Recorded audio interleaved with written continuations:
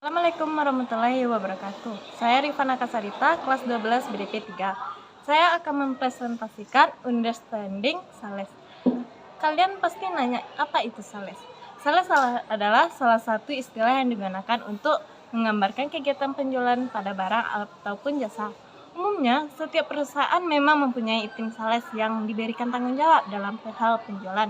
Unsur utama yang melatar belakangi fenomena sales. Ada satu, penjualan area. Tim sales pasti akan bergerak setelah mereka mampu memetakan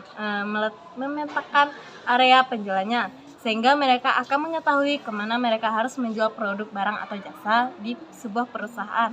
2. Barang atau jasa yang dijual.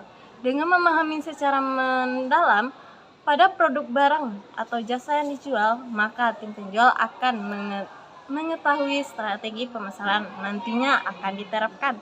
3. Target pelangganan. Setelah tim sales sudah mengetahui area penjualan dan mengetahui tentang barang atau jasa yang akan dijual, maka tim sales akan mengetahui target pelanggan seperti apa nantinya akan mereka buru. Target pelanggan ini juga nantinya pasti salah satu kunci keberhasilan proses penjualan. Dan berikutnya, fungsi sales dalam penjualan perusahaan. Terdapat beberapa fungsi sales dalam perusahaan, diantaranya adalah menawarkan produk ke konsumen. Seorang sales pasti harusnya selalu mampu memanfaatkan kelebihan produk yang ditawarkan kepada pihak pelanggan agar mereka lebih termotivasi untuk membeli produk yang ditawarkan ke sebuah perusahaan. Artinya, seorang sales harus bisa memasarkan produk yang akan dijual. 2. Meyakinkan calon pelanggan. Seorang sales juga harus bisa meyakinkan calon pelanggan tanpa yang terlihat ragu-ragu dalam mengambil suatu keputusan untuk menentukan pilihan dan pemilihan produk. 3. Mengarahkan sasaran. Seseorang sales juga harus selalu mengarahkan sasaran mana dan pada siapa saja produk tersebut akan ditawarkan atau akan dijual. 4. Memenuhi kebutuhan pelanggan. Fungsi lain sales adalah untuk bisa merekomendasi dan menjangkau target konsumen, membantu dan memenuhi keperluan mereka pada produk yang akan ditawarkan. Selanjutnya, apa itu keuntungan sales? Selain menjalin prospek karir yang tinggi, menjadi sales juga punya keuntungan gaji dan bonus yang menarik. Berikut 5 keuntungan menjadi sales yang bisa kamu pertimbangkan sebagai pekerja pertama. 1. Memperluas relasi.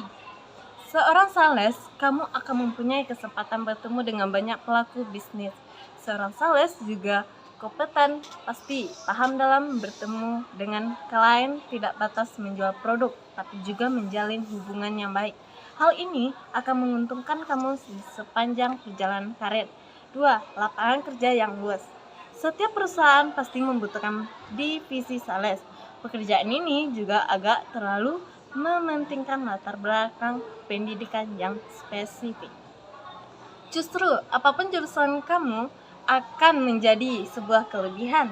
Misalnya, kamu melamar sebagai sales di perusahaan otomotif. Kalau kamu lulus teknik mesin, tentu akan lebih menarik bagi perusahaan. 3. Kompensasi sesuai dengan hasil kerja.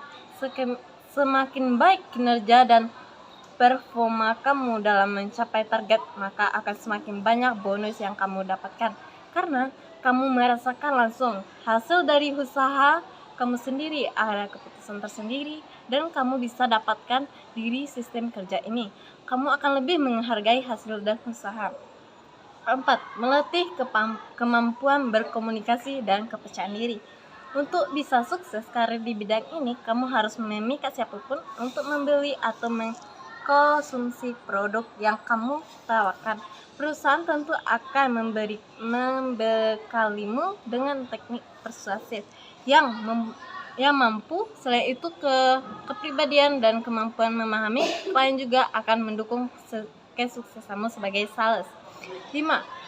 Prospek kerja yang menjanjikan. Kalau kamu memutuskan untuk serius di bidang ini, kamu bisa menargetkan posisi sebagai sales manager, sales supervisor, kepala cabang, bahkan pembisnis. Pelanggan kerja yang kamu bangun di sektor ini akan bangun dan relevan di bagian industri. Hanya itu saya sampaikan. Sekian, terima kasih. Assalamualaikum warahmatullahi wabarakatuh.